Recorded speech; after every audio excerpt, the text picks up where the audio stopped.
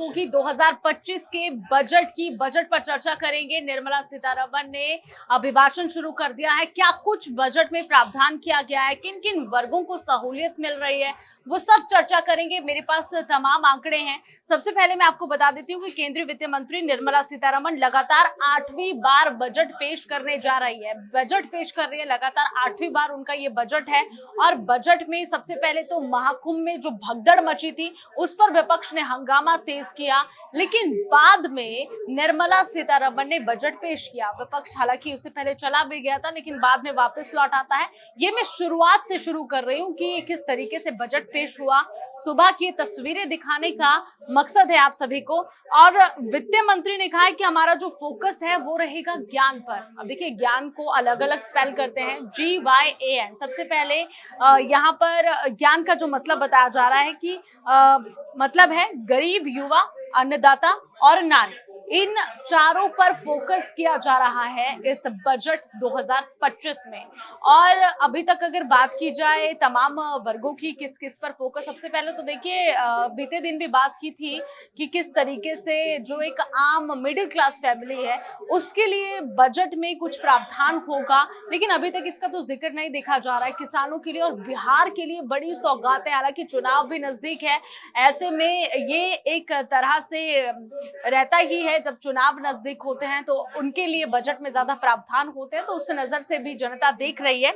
हालांकि आगे बढ़ते हैं कि क्या कुछ बजट में जो है इस बार अभी फिलहाल अपडेट क्या रही, क्योंकि बजट का जो सेशन है वो चल रहा है 2025 का।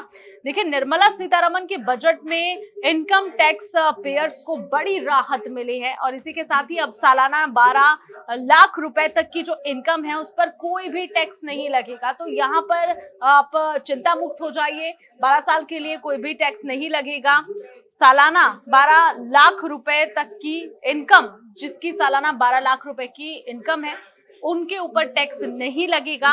और 4 साल का IT रिटर्न एक साथ फाइल कर सकेंगे आप। और इसी के साथ ही सीनियर सिटीजन्स के लिए, जो कि हमारा वरिष्ठ वर्ग है, सीनियर सिटीजन बुजुर्ग लोगों के लिए TDS की जो सीमा है वो 50,000 से बढ़ाकर 1 लाख रुपए कर दी गई है। तो ये एक बड़ी खुशखबरी, एक बड़ी सौगात है सीनियर सिटीजन्स के लिए। इसी के साथ ही सरकार ने बजट में कैंसर की दवाएं सस्ती करने का भी ऐलान कर दिया है, जो कि एक खुशखबरी है। जो कैंसर पेशेंट्स हैं उनके लिए दवाएं सस्ती करने का प्रावधान किया गया है इस बजट 2025 में। इसी के साथ ही अगले 3 साल में देश के सभी जिलों में कैंसर डे केयर सेंटर बनाए जाएंगे। और इसी के साथ ही अगले फाइनेंशियल ईयर में भी 200 सेंटर बनाए जाएंगे। सरकार का फोकस बिहार पर ज्यादा देखा गया है। जैसा कि मैंने पहले भी बात की थी कि बिहार पर इस बार सरकार ने ज्यादा फोकस रखा है। हालांकि चुनाव नजदीक है, सीतारमण ने बिहार के लिए national institute of food technology की स्थापना करने का ऐलान किया है बजट में।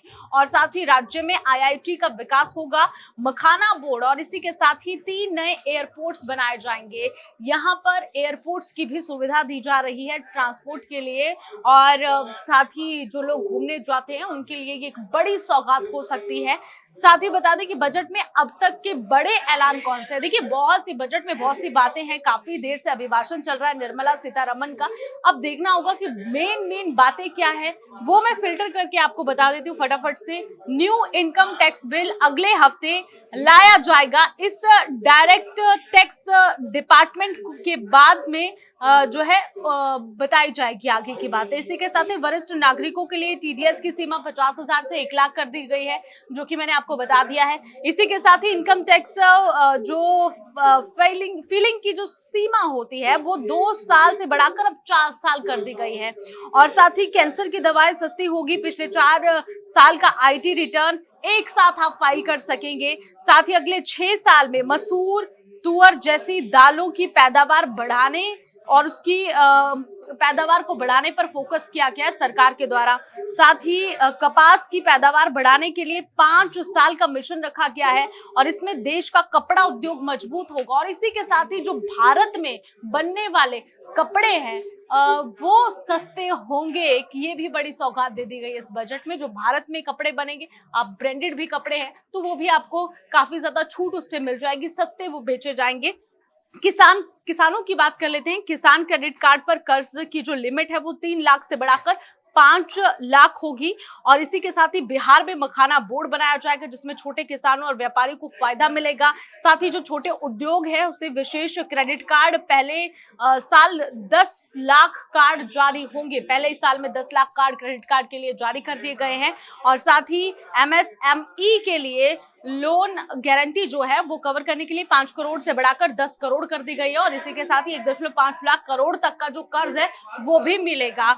ये बड़ी सौगात। और खिलौना उद्योगों के लिए जिस तरीके से चाइनीज खिलौने होते थे, अब उन पर एक तरह से लगाम कसने के लिए बजट में इसका प्रावधान किया गया है। खिलौना उद्योग के लिए मेक इन इंडिया के तहत, not make in China, make in India के तहत विशेष योजना शुरू होगी। सरकार ने ये प्रावधान किया है, ऐलान कर दिया गया। अब देखना होगा कि इसमें क्या क्या होने वाला है आगे। साथ ही मेडिकल एजुकेशन में अगले 5 साल में जो है 75,000 सीटें बढ़ाने का ऐलान कर दिया गया है। मेडिकल स्टूडेंट्स के लिए खास अपडेट। और 7 कैटेगरी रेट को हटाने का फैसला कर दिया है। 7 कैरिफ, साथ ही गंभीर बीमारियों की 36 दवाएं।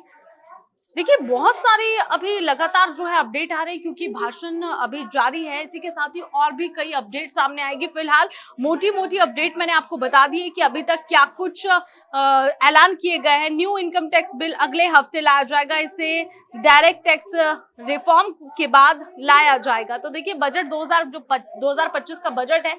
12.75 लाख तक की इनकम पर टैक्स नहीं लगेगा।